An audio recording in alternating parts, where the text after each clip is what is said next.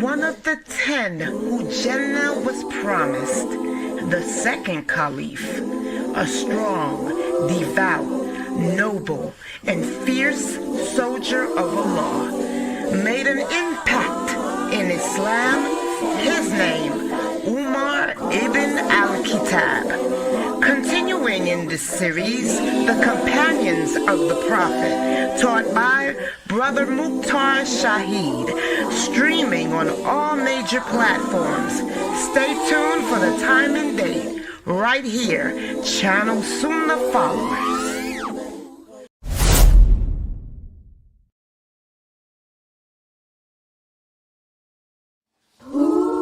New class alert, please. We got a new class upcoming. Who are the allies of Allah and the allies of Shaitan? Taught by Ustadha Laila Nasheeba. I know you're not going to want to miss this. So please stay tuned, okay? Streaming on all major platforms. Channel SunnahFollowers.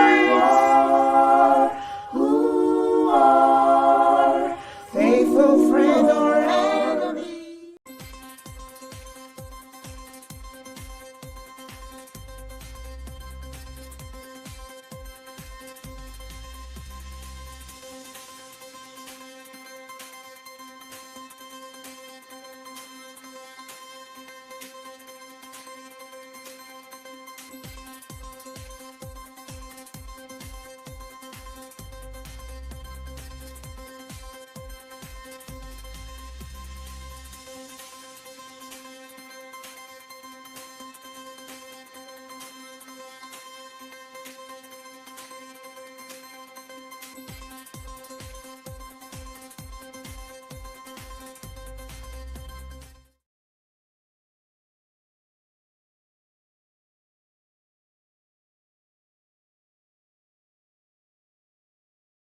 Walk, there are so many things going on around, you must take heed. It's been written and prophesied about, so you must believe. Not everything that glitters is gold, pay attention as it's been told. Join us every Friday, 7 p.m. Eastern, with Brother Yusuf as he tackles and breaks down current events, current news, and politics, and the Islamic Ummah. Please join us, streaming on all major platforms. Channel Sunnah Followers. Sunnah Followers presents a new Hadith class taught by Ustadha Laila Nasheeba, Riyadhus Saliheen, every Monday and Wednesday nights at 9:30 p.m. Eastern. Hope to see you there.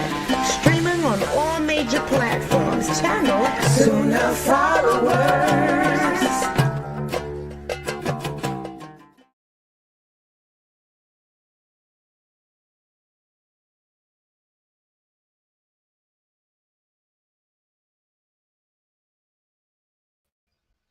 Okay, Ina alhamdulillah, wa salat, wa salam ala wa rasulullah. I'd like to welcome everybody to our new series. This is a new class. Well, it's not new for me. I've taught this class about 10 times over the past 20 years. But one of the new Shahada well, not one, a group of the new Shahadas asked me during Ramadan, remember, for the Q&A, if I would teach the Riyadhus Saliheen Hadith, because they say that, you know, everybody teaches. This is one of the few classes that you will get in the mosques. They teach about, you know, the Riyadhus Saliheen Hadith, which are the hadiths compiled by Imam Nawawi. And Imam Nawawi has his commentary. So that's why a lot of the imams do teach this in the mosques. These hadith books, these hadiths in this book, because of Imam Nawawi's commentary. But some of the brothers had approached me during Ramadan, the new Shahadas, and asked if I would teach it, because they like the way I don't rely on anyone's commentary. I usually give y'all the meaning and the history from the Sunnah. And so I agreed, because I do, for my students here, I need to resume the hadith classes with them so they can continue to memorize the meaning of these hadiths. And also, this is a good book to use with the new shahadas. And I do encourage you to purchase Imam Nawawi's Riyadhus Saliheen, the Righteous Garden, because the hadiths, you know, some of the hadiths are not authentic. I'm here to let you guys know, not all the hadiths in that book are authentic either. There are some hadiths that are questionable, but I'll let you know which ones are if we come upon them. And when I teach this class, I don't rely on Imam Nawawi's commentary. In fact, I don't use his commentary at all. I give you the meaning, you know, from, you know, based on the history of Islam as I've been taught it or whatnot. Okay. And like I said, I've taught this class in the past. So this class will be under the playlist entitled Riyadhus Saliheen 2025. Because if you look at the playlist, you will find my old lectures of Riyadhus Saliheen, because I've taught this so many times. But this is 2025. So it'll be the playlist Riyadhus Saliheen 2025. And it's going to probably take us a year and a half. I usually, when I teach this, because I go through all his books, the whole entire series, it usually takes me about a year and a half. Okay. And like I said, I'll let you know which hadiths are questionable and which are not. All right. So the book can be found online, and you can get the ebook online anywhere. Just Google it, or you can buy, and I'm going to add it to my, the videos, the lectures I put out. You will see the product come up. I'll try to have the whole series, which is $130 something. I'll try to have that attached to the videos, so that way you can click the link and purchase the entire collection, if you would like, of Riyadhus Saliheen. Okay, but the online book is just as good. And tonight we're going to cover the first chapter and of the online book, which addresses sincerity. And let me put the PowerPoint up on the screen. There will be quizzes. Since this is a hadith class, I will give you quizzes. So the next time we meet for this class, this is every Monday and Wednesday, I will quiz you on the hadiths that we discussed tonight before we move on to the next ones. So let's put the PowerPoint up on the screen for tonight's lecture. Okay. And for my students, y'all need to memorize the meaning of these hadiths. Don't be sitting here listening to me talk, trying to see what's funny that Layla got to say, because I know I'm a jokester, but I don't joke when it comes to these hadiths. Y'all better be paying attention so you can pass the quiz, and I give it to you the day after tomorrow. And by the way, this is how the collection look. Riyadhus Saliheen is a collection of books that he put together. There's volume 1, 2, 3, 4, etc. And we're going to try to go over the whole volumes, which, as I say, is going to take about a year and a half. When I taught it last time, that's how long it took. All right. And I will put the link where you can purchase the whole set. And I will attach that to the video when I get through teaching tonight. And I'll also put it in the edited version on the playlist. So tonight we're going to be covering the first chapter of the first volume, which speaks about sincerity and significance of intentions, and how all actions, apparent and hidden, are based on our intentions.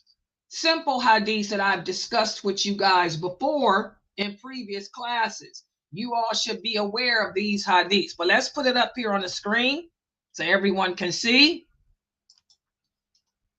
First of all, one of the things that makes Imam Nawawi's books so, this series so great is he really took the time to pick hadiths that address our faith, that address our iman. And also, remember, in my Hasidic Tafsir class, remember we spoke about how the hadiths are the explanation of the Quran.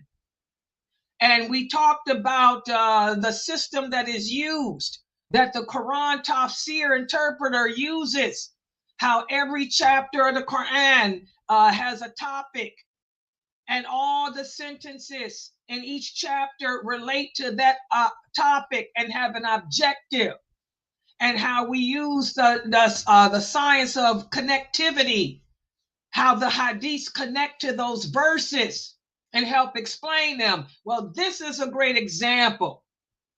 I'm going to show you the science of connectivity, how the hadiths explain the Quran, which is why just because a person can teach you Arabic, just because a person can teach you the Quran doesn't make them a scholar. Because as the Prophet said, anybody can learn Arabic. Arabic is easy on the tongue. That's why Allah revealed this knowledge in that language. Okay, and also anybody can memorize. Memorization is easy. But as the Prophet Muhammad sallallahu alaihi wasallam said, it's understanding what you're saying that's hard. And you will never understand the Quran, no matter how well you can recite Arabic. You will never understand the Quran until you learn them hadiths. That's a fact. Well, I'm going to show you the science of connectivity. Let's take a look at a couple of verses of the Quran. Allah says in the interpretation of the meaning, and they were commanded to not worship anyone but Allah, and to stay away from associating partners with him, and to perform the prayer and to give in charity, because that is the right religion. This is the right religion. Also, in another verse, Allah says, it is neither their meat nor their blood that reaches Allah. Instead, it is your piety that reaches him. And finally, in another verse, Allah says, say, O Muhammad, in other words, tell them, O Prophet of Allah, whether you hide what's in your chest or reveal it, Allah knows everything. Now, you read these verses of the Quran, all of these verses, the Quran, first of all, the Quran is not the creation of Allah. And I have a lot of people here who follow the Ash'ari view and Sufi views. They also believe that the Quran is a creation of Allah. It is not a creation of Allah. The Quran are the words of Allah. And when Allah was speaking, except for several other verses are an exception. But for everything that Allah said, he said it for a reason. Something happened. So something happened to cause Allah to say, you are commanded to worship no one but him. Something happened that caused Allah to say, it is not the blood or the meat that reaches Allah, it's your piety. Something happened to cause Allah to tell the Prophet, to tell the people, whether you have what's in your heart or not, Allah knows it. So, you're not going to find out what happened to cause Allah to say these things unless you know the history. You know the hadiths. The hadiths are the history. So this is now the following hadiths that we're going to go over tonight. They all connect to this. They all give you the story as to what happened that caused Allah to say these things. So let's take a look at those hadiths. Okay. We have the first hadith here where Umar, may Allah be pleased with him, tells us that the Prophet sallallahu alaihi wasallam said, your actions and deeds are considered by their intentions. A person will receive the reward according to his or her intention. So if a person migrates for the sake of Allah to earn the love and pleasure of Allah and to earn the love and pleasure of me, the Prophet, then your migration will be for Allah and for his Prophet. But for those who migrate to a different land for worldly benefits or to marry a woman, your migration is for that. You'll be rewarded with the woman. You'll be rewarded with whatever the worldly benefit is, but it won't be rewarded by Allah. So this is what happened that caused Allah to say these things. What happened was when Allah sent down the command to the Muslims in Mecca, telling them that it was no longer lawful for them to stay in Mecca because the Quraysh were persecuting the Muslims. The Muslims were not allowed. They were not able to practice their religion openly. They weren't allowed to pray. They weren't allowed to fulfill their obligations. So Allah sent down a command telling the Prophet Muhammad to tell the Muslims to migrate to Abyssinia or to migrate to Medina, which are Abyssinian. Abyssinia was a non-Muslim country, but the Christian king there had no problems with them coming there to practice their religion. Medina was a non-Islamic state too, inhabited by the Jews and the Arabs and controlled by the Jews. But the Jews had no problem with the Muslims coming there to practice their religion either. So the Prophet told the companions in Mecca, it's no longer lawful for us to live here. Our fire cannot be near. That's another hadith. The hadith in Bukhari that says the Prophet sallallahu alaihi wasallam said, make sure that your fires are not close to the kafir. This is when he said that we can't live amongst them here in Mecca because they don't accept us. They're persecuting us. We have to distance our fires, distance our lives away from them. So that's what that hadith means. So that's when the Prophet said, we have to leave. We have to leave. And there was one man. He said, okay, we'll leave, O Prophet of Allah. But the Prophet didn't know that this man, he wanted to leave not just so he could practice the religion. He also knew a woman there whose name was Qais. He wanted to marry her. She lived in Medina. So this companion was like, wow, okay, I'll move. I can now be married a woman I want to marry. So he sent word to her, telling her that he was going to be migrating to Medina because Allah said the Muslims couldn't live in Mecca no more, and he wanted to marry her. But when she heard that that was the reason he was coming, just to marry her and not so much just because, to practice the religion, she refused him. She said, oh, I don't want to marry you. She said, if you want to marry, you should come to Medina because you want to be a Muslim and practice the deen. You shouldn't come here because you thinking that's going to make it easy for you to marry me. Okay? And that's when the Prophet heard what happened. That's when the Prophet sallallahu alaihi wasallam made this statement. He said, well, remember, guys, anything Allah tells us, anything. This is a beautiful hadith qudsi. And I want you women who cover your faces. You say that the reason you cover your face is to please your husband. Well, guess what? It's not accepted. Because the Prophet sallallahu alaihi wasallam, when he heard this, this is when he made this statement about the deeds. And he also said, Allah said that he is not in need of any deed that is done for his sake and the sake of someone else.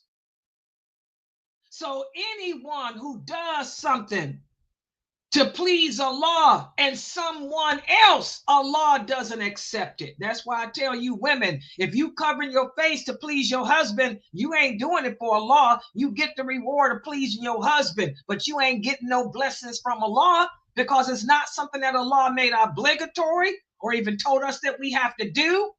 Plus, you ain't doing it for him. You're doing it because your husband doesn't want nobody else to look at you. So your husband may be pleased with you, but Allah is not in need of that.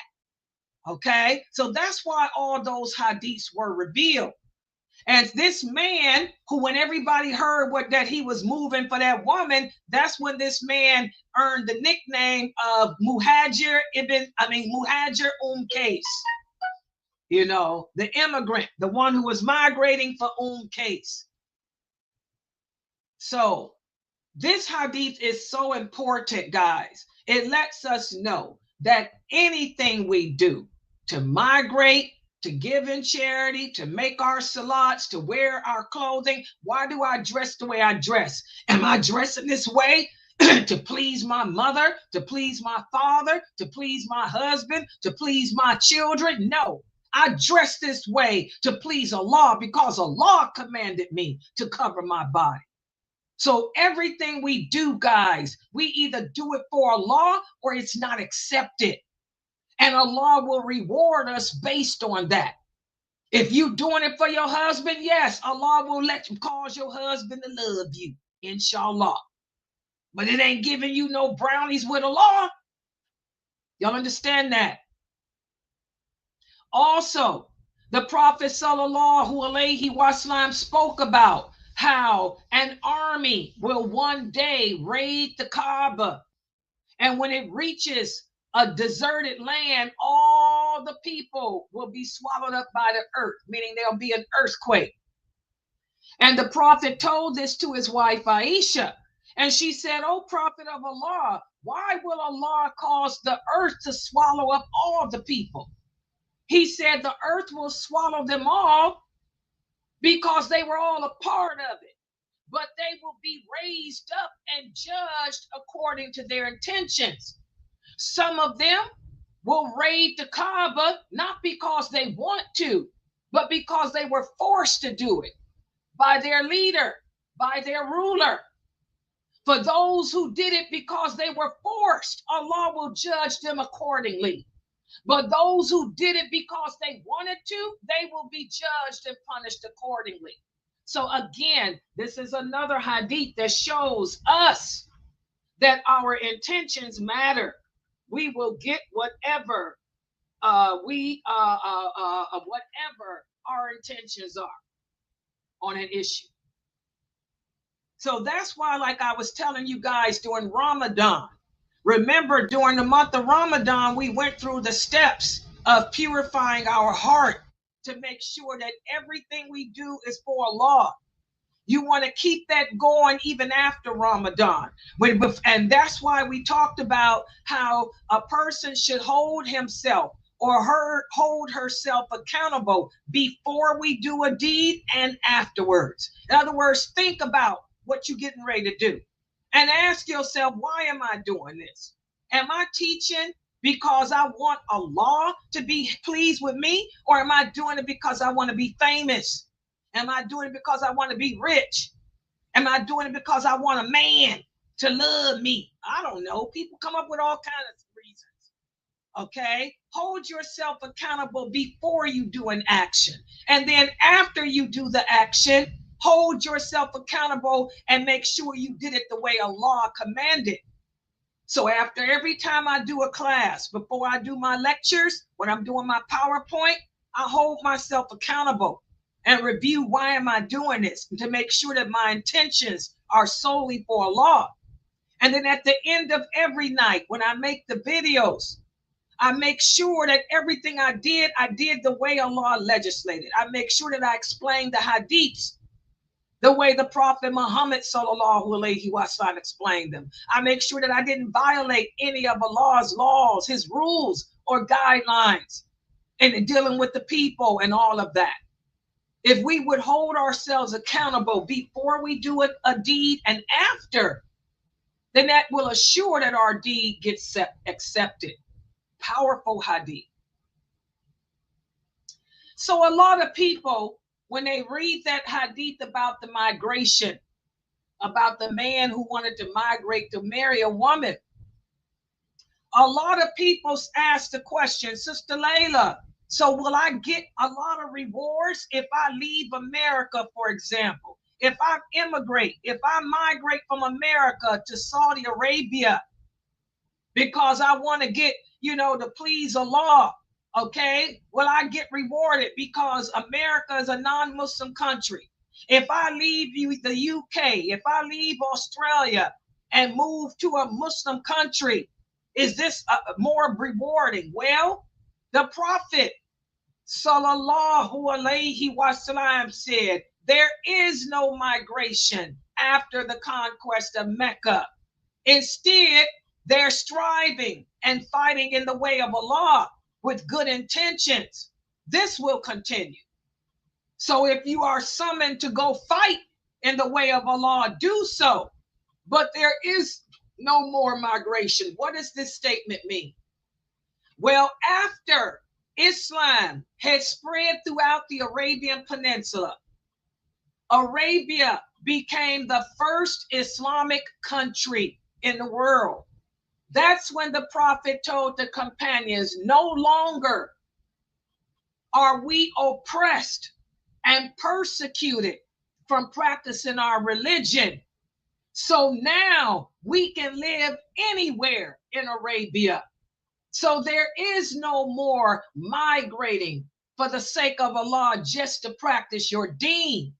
Instead, there's only fighting and doing good deeds in the way of Allah. Does everybody understand that? For example, we live here in America. We're in America. America is just like Abyssinia was. We're not being prosecuted yet for practicing our religion. You're allowed to pray openly. You're allowed to dress as a Muslim woman, a Muslim man openly. We're allowed to fulfill all of our religious obligations. So there's no need to migrate to no Islamic land because I can do my Islamic rituals right here. But instead, there will always be our good intentions. Are you praying sincerely to earn the love of Allah, or are you doing it to show off? Am I dressing the way I do because I want to make an impression on Allah, or am I dressing this way because I'm trying to make a fashion statement? So intention here refers to the goodness, the sincerity of wanting Allah to accept your deed because you're doing it solely for Him. This will exist until the end of time. Does everybody understand that? So I don't have to go and move to Saudi Arabia. I don't have to move to Kuwait. I don't have to move anywhere. I can live anywhere on this earth right now, as long as I'm able to practice my religion. But because people sin in Saudi Arabia too. They do drugs in Saudi Arabia too. They fornicate in Saudi Arabia too. They have homosexuality in Saudi Arabia too. There's women on the beach naked in Saudi Arabia too. The world is a fitan. The fitan is everywhere. But as long as I'm able to practice my religion without being persecuted, this is fine. So that puts to rest those fanatical brothers out there who tell you it's haram to live in America. It's haram to live in Australia. It's haram to live in Europe. Every Muslim needs to be living in Saudi Arabia. Who said that? That's not what Allah said. That's not what the Prophet ﷺ said. It's not necessary for us to migrate from our country as long as we are able to adhere to our Islamic injunctions. I hope that's clear. So when y'all come upon these Facebook Muslims that talk all that kalam about migrating, y'all better walk away from them. Those are the extreme fanatics. Because as the Prophet said, there is no immigration now since Islam has spread. Okay? But instead we have the striving with our good deeds to earn Allah's pleasure. Y'all understand these hadiths? All right?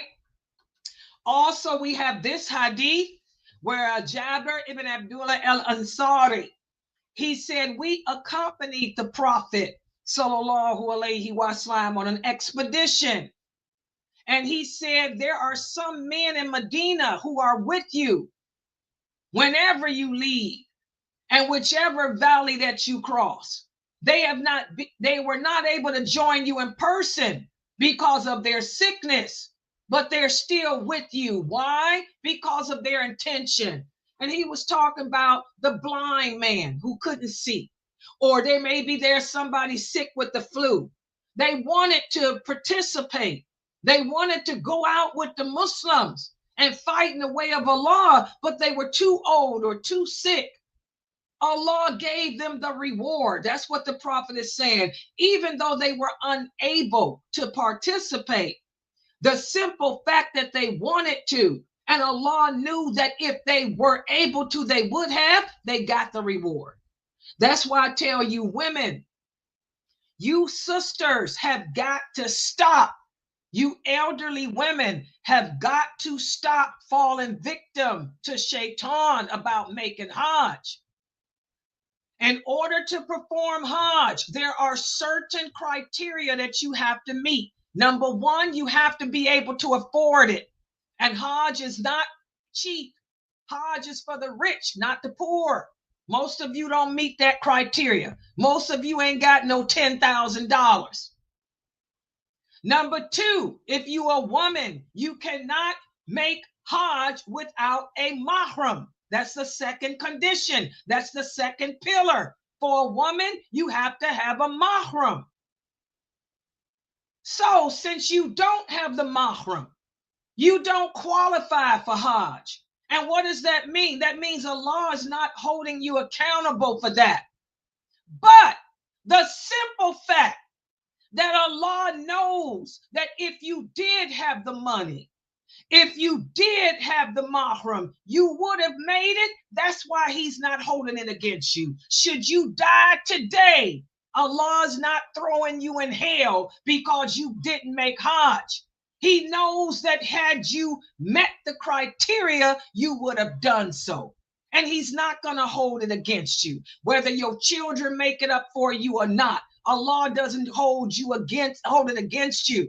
And I tell you, sisters, this all the time.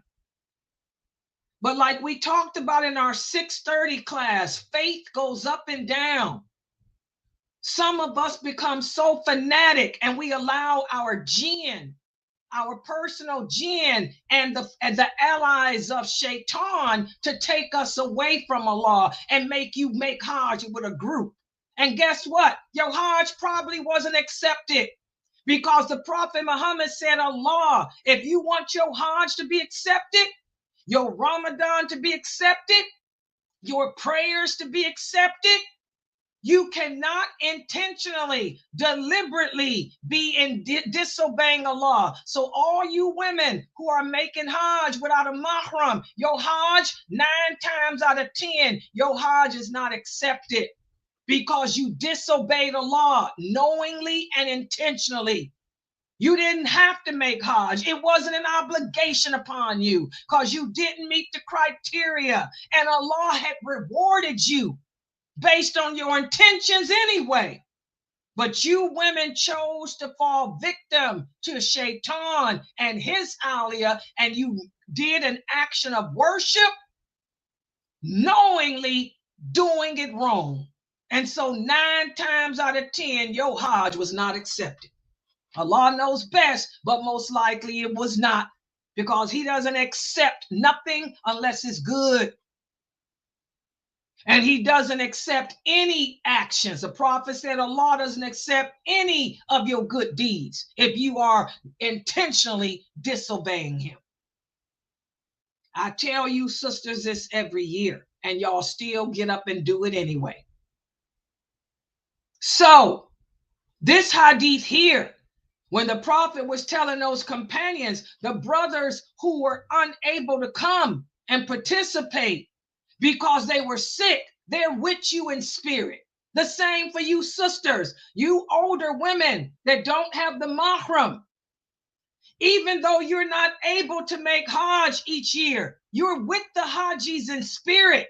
Because Allah knows that if you were able to, you would have been there. See how merciful our Lord is. But we allow shaitan to win over us. Now do y'all see why there'll be more people in hell than paradise? Because most of us follow shaitan. We reject the people of knowledge. We pull ourselves away from the people of truth. And we choose to hang out with the sweet, nice nobodies. And when we end up in hell, you'll be pointing the finger at that nobody who led you there, and they're going to tell you, I didn't make you do it. You chose to listen to me instead of listening to Laila. And Laila giving you the hadiths, and she's bona fide and qualified, and she's learned from real scholars, and I'm just a nobody. All right? Blame yourself, people. You sisters, stop with this Hajj. If you don't have the mahram, you don't qualify. Okay? Also, we have this hadith, which also shows the reward of intentions. Yazid ibn Akhnas, he was a companion too. He said, my father had one day set aside some money for charity, and he gave it to a man in the mosque. So I went to that man and I took the money back. And the man said, I had not intended for you to be given. So we went to the prophet and told him about it. And the prophet said to my father, Yazid, you have been rewarded for what you intended. And he said to me, you are entitled to what you have taken. Let me explain what happened here. It happens to a lot of us. How many of us need money? We're going through a rough time. You ain't got enough money to pay your rent. You need food. You need your bills paid. But your mother, your father, your brothers, they giving money to other people. Well, that's what happened here. When this man heard that his father had gave some money to the mosque for charity, he went and said, no, I want that money back because I need it. I need it. I need help. I need to get my rent paid. My mother giving you $500. That $500 she could have gave to me so I could pay my $2,000 rent. I'm giving y'all a scenario. So the man at the mosque said, I'm not giving it back to you. And Yazid, his father said, I don't want you to have that $500. I want the mosque to have it. So they appealed to the prophet. And the prophet told Yazid, you wanted to give the money to the mosque as charity. That was your intention. Your intention was to do a good deed for the sake of Allah. Guess what, Yazid? Allah will reward you for that. And for his son, he said, take the money because charity begins at home. His father didn't know that his son was in that dire of a state.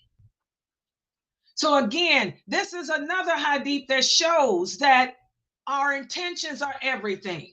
Yazid wanted to give money to the mosque for the sake of Allah, so the mosque can pay its bills and all of that, not knowing that his son was in great need. So even though the mosque gives the money to the son because he's most entitled to it, because charity begins at home, Yazid will still get the reward based on his intentions. So I hope this hadith is clear. This hadith lets us know that if charity goes to a needy son of a Muslim, there is no need to take it back for him, because again, save your soul and your family from the hellfire first. And the father will get the reward, for what he intended. And also you learn from this hadith too, that it is permissible to appoint somebody to be your attorney or your agent over your money. And we also learn that if a child feels that his parents are not giving them what they are justly due, the child can appeal it like this son did. Well, the father didn't really know that the son was all that bad off. But we know that if you hear or find out that your parents done put $1,000 to the mosque and you need some food, you can appeal that. You can go and say, hey, I'm her daughter. I need some money to help pay my bills. So a lot of this stuff, you learn a lot about the hadiths, guys. The hadiths are the explanation of the Quran. They're also the examples of the prophet that he left behind for us. Like I told you guys, there is nothing that we encounter in this world today that those original companions have not already encountered. The problem is we Muslims don't learn our religion correctly. The Sunnah, the Hadiths are becoming an abandoned thing here. We're too busy learning from Sheikh come a dime a dozens on the internet. Okay? We're too busy trying to learn how to speak Arabic when we need to be learning how to understand what your obligations are as a Muslim. Okay? Also, we have this hadith here. The Prophet sallallahu alaihi wasallam heard that Sa'd ibn Abu Waqqas was sick, and he went to visit him. This is the last year of the Prophet's life. He went to visit his companion, and he found the companion laying in his bed sick. And the companion said, "O Prophet of Allah, you can see the pain I'm suffering. And I got some money." He said, "But I think I might end up dying."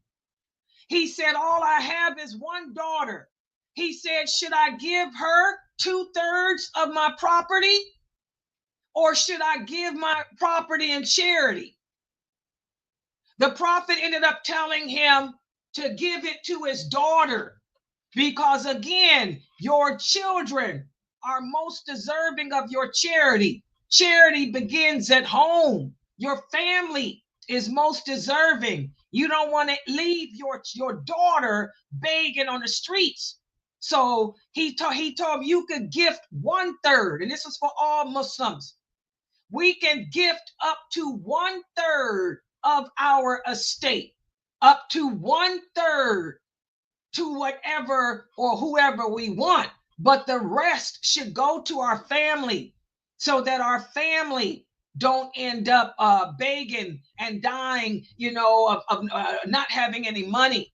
So that's where we tell you guys that if you're making your will, you can leave 1/3, you can gift 1/3 to whoever or whatever you want.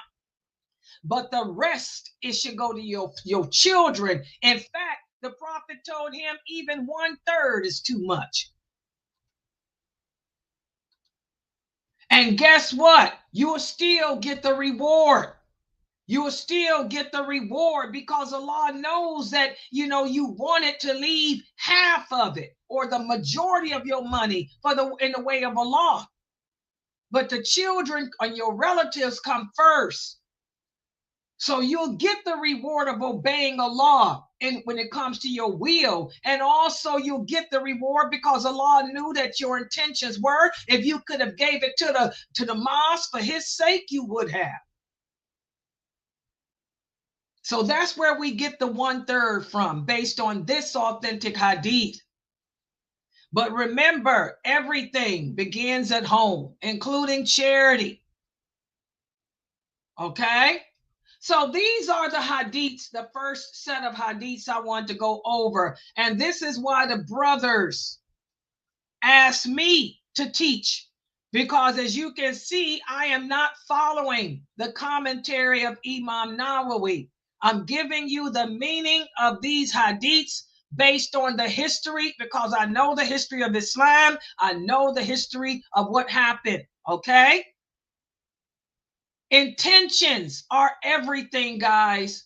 And like I was telling you during Ramadan, you can fool yourself, but you can't fool Allah. Allah knows what's in your heart. Allah knows if we're doing something for his sake or for his sake and someone else. You will get rewarded based on your intentions.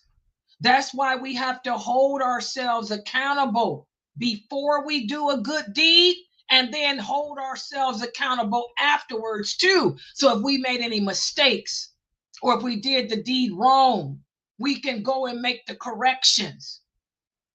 All right, I'm going to stop right here. When we meet for this class again on Wednesday, there's several other hadiths about intentions. We'll go over those last several, but I'm going to quiz you on these. So make sure you watch the recording on the playlist. And this series will be in the playlist entitled Riyadhus Saliheen 2025. All right. Subhanakallahumma wa bihamdika ashhadu an la ilaha illa anta astaghfiruka wa atubu ilaik. Are there any questions or comments? Oh, I see the text yes. here. Go ahead. I'm sorry.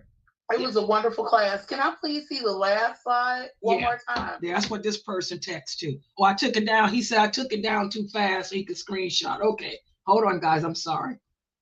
Yeah, just let me know if I do that because I'll be trying to hurry it up. Let me get the PowerPoint back up here. This was called intention, right? Yeah. So just the last one for you and him. Okay, hold on. And the brother said this, you're right, Sister Laila. This is why I wanted you to teach, because you give much more detail and explanation. Wait, let me put it like so y'all can really get it. Hold on.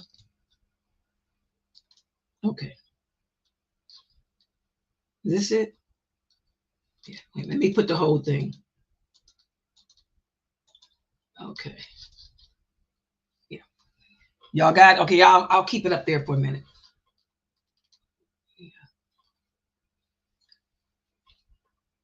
Yeah, like I say, you know, we got the Sunnah is becoming forgotten and abandoned. You know, people into all that Arabic and stuff. Ain't nobody into the Hadith. And that's why Muslims are messed up today. Don't know the Hadith.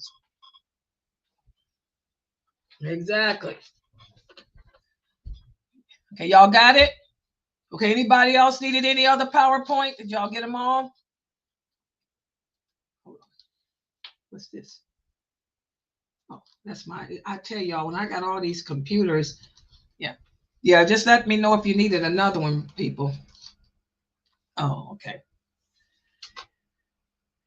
Yeah, so don't forget, guys. Yes, the schedule. I got my class. I got my stuff together. My 6:30 class is at 6:30. Ramadan's over, so inshallah I'll be here on time each day. I was here on time today, and then this class is at 9:30. My class is 2 classes every day. My 6:30 class and 9:30 class. Mondays and Wednesdays, Riyadhus Saliheen. Tuesdays and Thursdays, the Hasidic Tafsir for the 9:30 class. And remember, guys, please support us. Just because Ramadan has ended, I mean, you guys did such a good job. You want to keep that charity going all year round. If you guys would donate like y'all did this month during Ramadan, I don't have to mention it. You guys did a good job donating. I haven't even had to check to make sure that we ain't bounced, because every day I kept seeing people donate. That money, those $50, that $100 adds up. And this is the first month all year that we met our expenses because everybody donated. If we could just keep this going every year, all year round, then I would be less stressful. I don't have to worry about, oh, what's going to happen with this website and taking my personal money, putting it into the account to cover and making my personal checks bounce. Oh, I didn't have any bounce checks for myself today because I didn't have to move no money around. All that back and forth, taking my money, putting it into the website, then taking it back, it makes me bounce my stuff up. You know, I ain't got no man. Y'all know that. She ain't got no man taking care of her. She take care of herself. Don't nobody want to take care of Layla. Y'all know that. Don't nobody want to be bothered with Layla. So she got to do it herself, by herself, and depend on the law.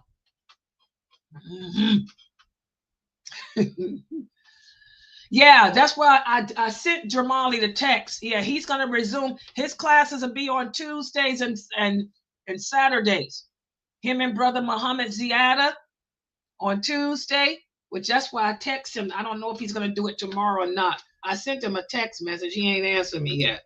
He's probably got to check with Brother Muhammad. Yeah, he's got to check with Brother Muhammad.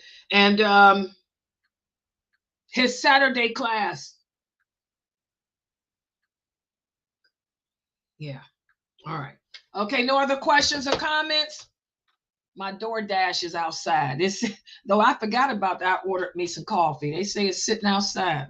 Well, it's warm. It'll be fine, cool. No other questions or comments?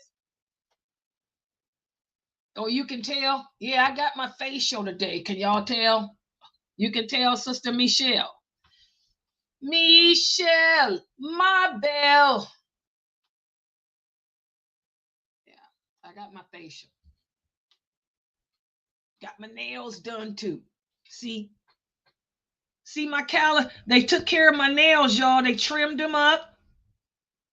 Yeah, I know I'm pale. Look, they trimmed my nails down. They ain't long no more. Y'all see that? Michelle, my belle. Got my feet. Too bad I can't show you the feet. No, I don't put no polish on. I do too much typing. If I put polish on, what for? It's going to come off. I type. But I got my feet polished. My toes are polished. I got the pretty stuff on my toes. You know, I'm into bling. Yeah, I got bling on my toes, little diamonds and stuff like my nose. You know, I need to get a new nose ring too. But yeah, I got the bling on my toes, but I don't put nothing on my hands. I type too much. All this typing on this website, polished, it's a waste of my money. You know, by being water soluble, it don't stay on long anyway. All the woo-doos we make comes off. So what's the point? Yeah. That's why I don't wear henna either. Yeah. All right, no other questions or comments? Yes, please. Yeah, that's the Zelle. Laila at SunnahFollowers.net. Laila, not Y-I. And my picture should come up. You should see my facial picture. And that's the PayPal me. All right. Okay, guys. So I'm going to log out for now. The Zoom room is open. Subhanakallahumma wa bihamdika. Ashhadu an la ilaha illa anta astaghfiruka wa atubu ilaik. Assalamu alaikum. Yeah, subhan.